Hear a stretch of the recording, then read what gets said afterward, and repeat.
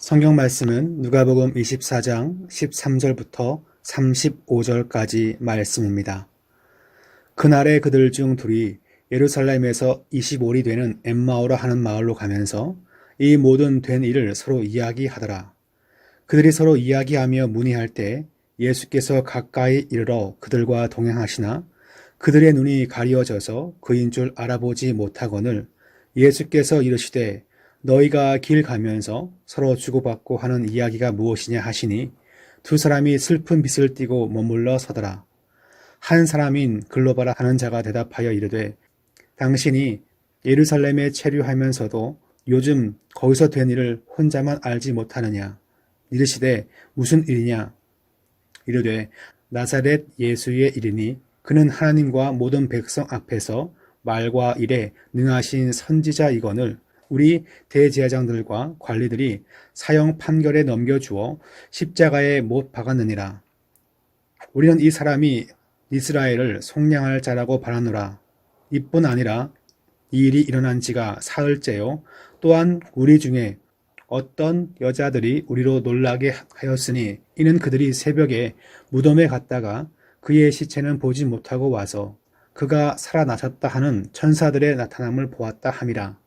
또 우리와 함께 한 자 중에 두어 사람이 무덤에 가 과연 여자들이 말한 바와 같음을 보았으나 예수는 보지 못하였느니라 하거늘 이르시되 미련하고 선지자들이 말한 모든 것을 마음에 더디 믿는 자들이여 그리스도가 이런 고난을 받고 자기의 영광에 들어가야 할 것이 아니냐 하시고 이에 모세와 모든 선지자의 글로 시작하여 모든 성경에 쓴 바 자기에 관한 것을 자세히 설명하시니라. 그들이 가는 마을에 가까이 가매 예수는 더 가려 하는 것 같이 하시니 그들이 강권하여 이르되 우리와 함께 유하사이다. 때가 저물어 가고 날이 이미 기울었나이다 하니 이에 그들과 함께 유하러 들어가시니라. 그들과 함께 음식 잡수실 때 떡을 가지사 축사하시고 떼어 그들에게 주시니 그들의 눈이 밝아져 그인 줄 알아보더니 예수는 그들에게 보이지 아니하시는지라. 그들이 서로 말하되 길에서 우리에게 말씀하시고 우리에게 성경을 풀어주실 때 우리 속에서 마음이 뜨겁지 아니하더냐 하고 곧 그때로 일어나 예루살렘에 돌아가 보니 11 제자 및 그들과 함께한 자들이 모여 있어 말하기를 주께서 과연 살아나시고 시몬에게 보이셨다 하는지라. 두 사람도 길에서 된 일과 예수께서 떡을 떼심으로 자기들에게 알려지신 것을 말하더라. 우리는 인생을 살면서 계획을 세우고 앞날을 꿈꾸게 됩니다. 크고 작은 일들이 벌어지고 소소한 것들은 쉽게 잊고 이겨내지만 큰 일을 마주하면 육신의 아픔도 있지만 마음에 큰 상처를 입게 됩니다. 외부로부터 주어진 충격적인 사건 때문에 입은 심리적 상처를 트라우마 혹은 심리적 외상이라 그렇게 부르지요. 큰 심리적 상처를 입게 되면 자주자주 그 사건에 떠오르는 착각, 소위 플래시백을 겪거나 그 외상과 관련된 장면, 장소, 시간을 회피하려고 합니다. 그리고 자신이 듣고 보고 느끼는 것을 왜곡해서 인지하려고 하지요. 트라우마, 이 심리적 외상은 육신의 병을 고치는 것보다 어쩌면 더 어려운 치료 과정이 필요할 수 있습니다. 5년 전 독일 저머닝스에 여객기를 몰던 안드레아스 루비치라는 사람이 있었습니다. 이 친구는 당시에 에어버스 A320이라 부르는 비교적 중간 사이즈의 여객기를 그렇게 몰았는데 에어 380이란 좀 더 큰 기종의 여객기를 모는 것이 꿈이었습니다. 안타깝게도 이 친구는 당시에 망막박리증을 앓고 있었고 병원 치료를 받고 있었지만 그 자신의 우울증이 심각해져서 18개월 동안 약물 치료를 병행하고 있었습니다. 몇 개월 지나면 비행 자격 갱신 시험을 봐야 되는데 자기 시력 문제 때문에 그 라이센스를 잃을까봐 두려워한 나머지 2015년 3월 29일 고의로 한 공항에서 그 활주로를 이탈하면서 큰 사고를 냈습니다. 안타까운 그런 결말이었죠. 누구나 인생은 꽃길을 걷고 싶어 하고 또한 장밋빛 인생을 살고 싶어 합니다. 집을 사고 자녀들을 잘 출가시키고 그렇게 되면 여유 있는 노후 자금을 가지고 행복하게 부부가 살기를 원하지만 우리는 자주 육신의 아픔을 겪고 또한 심리적 외상, 트라우마를 경험합니다. 그 장소에 가기를 싫어하고 그 사람 보기를 거부하고 그 일을 다시 하기를 주저하면서 우리는 조금 힘들게 그 인생을 꾸려갑니다. 오늘 말씀에 나와 있는 두 명의 제자는 신앙을 쉬고 싶고 또한 믿음을 포기하고 싶은 그런 마음을 가지며 지금 시골 마을로 걸어가고 있습니다. 이 말씀을 가만히 보면 이 두 명의 제자의 한 특징들을 보게 됩니다. 첫 번째는 뭐냐 하면 현실을 회피하던 자들이었습니다. 사람들은 마음에 큰 상처를 입게 되면, 큰 좌절을 경험하게 되면 가장 먼저 드러나는 증상이 자신의 그 모든 것을 회피하고 그 장소와 시간, 순간을 기억하고 싶지 아니하는 회피 현상이 드러난다고 합니다. 이 두 제자는 본래 주님께서 사역하시던 곳, 그 주님께서 기적을 베푸시고 말씀을 증거하시고 또한 마지막에 십자가에서 죽기 위해서 사역하신 그 성읍 예루살렘 성을 나와서 시골로 걸어가고 있었습니다. 기적을 보이던 주님께서 초라하게 십자가 형틀에서 인생을 끝낸 것은 그들에게 큰 좌절과 충격이었습니다. 심리적 외상을 겪는 분들을 보면 자기 인생의 진로를 뒤바꿀 만큼 큰 상처를 입게 되면 그 마음 안에 큰 좌절을 경험한다고 합니다. 이 두 제자는 가룟 유다처럼 자살이 아니라 낙향을 선택한 것이 어쩌면 좀 더 나은 선택처럼 그렇게 보일 수 있습니다. 14절과 15절 말씀 보면 같은 단어가 두 번 등장하는데 그것은 그들이 말을 많이 했다 그렇게 나와 있습니다. 이야기를 많이 했습니다. 어쩌면 말을 많이 하면서 자신들의 그런 절망과 좌절에 대해서 더 사람들한테 표현하면서 내면적으로 그렇게 힐링을 얻고 싶었을 수도 있습니다. 어쩌면 말을 많이 하면서 자신들의 절망이 조금 더 없어지기를 바랬을 수도 있을 것입니다. 17절 말씀 보면 주님께서 이 두 사람이 무슨 말을 주고받는지를 질문하자 초면임에도 불구하고 이들은 자신들의 슬픔이 무엇 때문이었는지를 구구절절히 쏟아내고 있습니다. 자신들의 귀중한 3년의 시간을 주님과 함께 보내었지만 현실은 초라하게 낙향하는 두 젊은이에 불과했습니다. 주님을 쫓아왔지만 절망의 터널은 결국 끝나지 않고 계속 낙향하는 것으로 현실을 회피하는 모습을 보이고 있습니다. 이와 같은 회피는 정답이 아니지만 딱히 딴 일을 할 수 없다는 것이 이 말씀을 보면 두 청년의 모습이 잘 보여주죠. 두 번째는 진리를 들어도 그 진리를 왜곡하면서 제대로 이해하지 못하던 자들이었습니다. 그들은 마리아와 다른 여자 성도들이 부활의 소식을 그렇게 전해 주었지만 죽은 자를 살리시고 아픈 자를 일으키시고 귀신을 내어 쫓으시던 주님께서 십자가에서 불과 6시간 만에 숨을 거두셨을 때 그들은 이제 며칠이 지났을 때 엠마오로 그냥 낙향을 하고 있었습니다. 분명히 이들은 부활의 소식을 들었습니다. 다시 일어나신 주님, 다시 사신 주님에 대한 소식을 들었지만 구원자에 대한 그 죽음과 메시아의 죽음, 하나님 아들의 죽음이라는 큰 사건을 보면서 부활의 소식을 제대로 이해하지 못하고 그것을 왜곡하면서 이해한 것을 말씀이 보여줍니다. 오늘 말씀 22절을 보면 여인들이 그들에게도 부활의 소식을 알렸음을 기록합니다. 글로바와 다른 이름의 두 제자는 12사도에는 들지 않았지만 최후의 만찬에도 참석했고 예루살렘의 제자들이 모여 있을 때 여인들이 와서 부활의 소식을 전했을 때에도 그것을 들은 것을 이 말씀이 보여줍니다. 신약 성경은 사도들을 의미할 때 12제자라고 표현하고 대부분은 그냥 제자라 부르고 있습니다.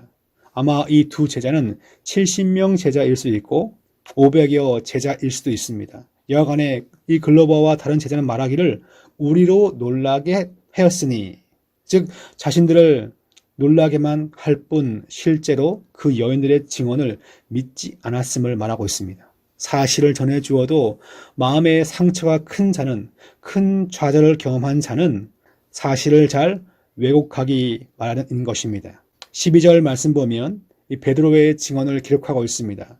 이 소식을 듣고 베드로가 달려가서 확인한 사실을 말하고 있죠.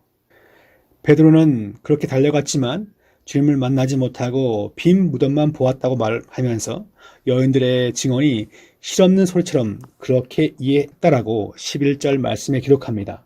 사도들은 그들의 말이 허탄한 듯이 들려 믿지 아니하나 그렇게 말하고 있어요.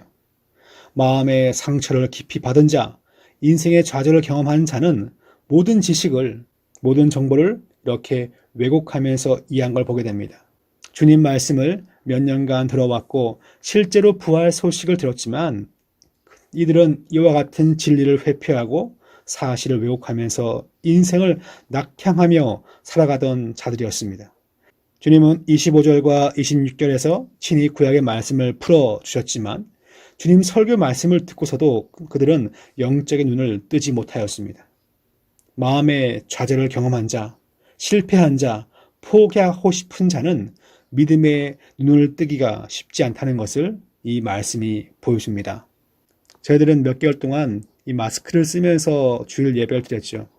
그러면 설교 시간에 좀 더워지기 때문에 그 졸음이 좀 빨리 옵니다. 설교 시간에 이 졸음의 눈도 떠야 되겠지만 우린 필히 믿음의 눈을 떠야 할 줄 믿습니다.